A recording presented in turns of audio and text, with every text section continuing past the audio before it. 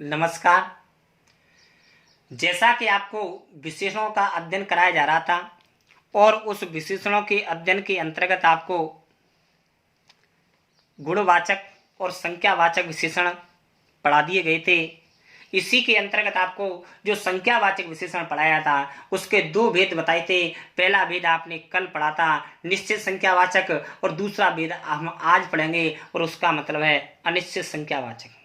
एक बार फिर से कुछ पल के लिए मैं आपको दोबारा से दोहरान करा देता हूं कि ऐसे विशेषण शब्द जो किसी संज्ञा सर्वनाम के रूप, रंग, दशा, दिशा आदि बोध कराते हैं उन्हें गुणवाचक विशेषण कहते हैं। और दूसरा भेद आता है ऐसे विशेषण शब्द जो किसी संज्ञा सर्वनाम की संख्या का बोध कराते हैं उन्हें संख्यावाचक विशेषण शब्द कहते हैं। संख्यावाचक विशेषणों को हमने दो भागों में बांटा था, निश्चित संख्यावाचक और अनिश्चित संख्यावाचक।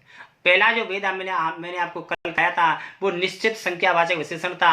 अब आपको अनिश्चित संख्यावाचक विशेषण का बोध कराया जाएगा। जैसे परिभाषा देखें, वे शब्द जिनसे किसी संज्ञा या सर्वनाम शब्द की निश्चित संख्या संबंधी विशेषताओं का बोध नहीं हो पाता है उन्हें अनिश्चित संख्यावाचक विशेषण शब्द कहते हैं। अर्थात जहां पर किसी संख्या का बोध तो होता है लेकिन निश्चित संख्या का बोध नहीं होता है, और जब निश्चित संख्या का बोध नहीं होता है वहां पर कौन सा विशेषण होता है? वहां पर अनिश्चित संख्यावाचक विशेषण शब्द होता है। जैसे सैकड़ों लोग, हजारों डाकू, लाखों छात्र, करोड़ों जीव जंतु, बहुत सारे, कम, ज्यादा, थोड़ा, बहुत, मुट्ठी भर, कई, कुछ।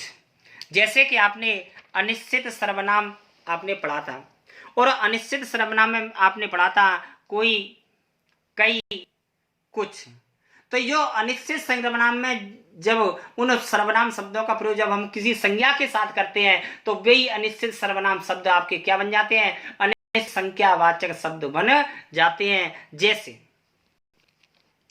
मुट्ठी भर आतंकवादियों को नियंत्रित नहीं किया जा सकता है। अब यहाँ पर बताया जा रहा है कितने आतंकवादी? मुट्ठी भर। अब आतंकवादी मानव है, क्या मानव को हम मुट्ठी में भर सकते हैं? अर्थात नहीं भर सकते हैं। अतः यहाँ पर मुट्ठी में भरने का मतलब है कि थोड़े से। लेकिन अब यहाँ पर संख्या का बोध नहीं कराया जा रहा है कि थोड़े कितने, 1, 10, 100, 1000, लाख, कितने। तो यहाँ पर जब संख्या का बोध नहीं हो रहा है, जब निश्चित संख्या का बोध नहीं हो रहा है, अतः यहाँ पर जो मुट्ठी भर शब्द है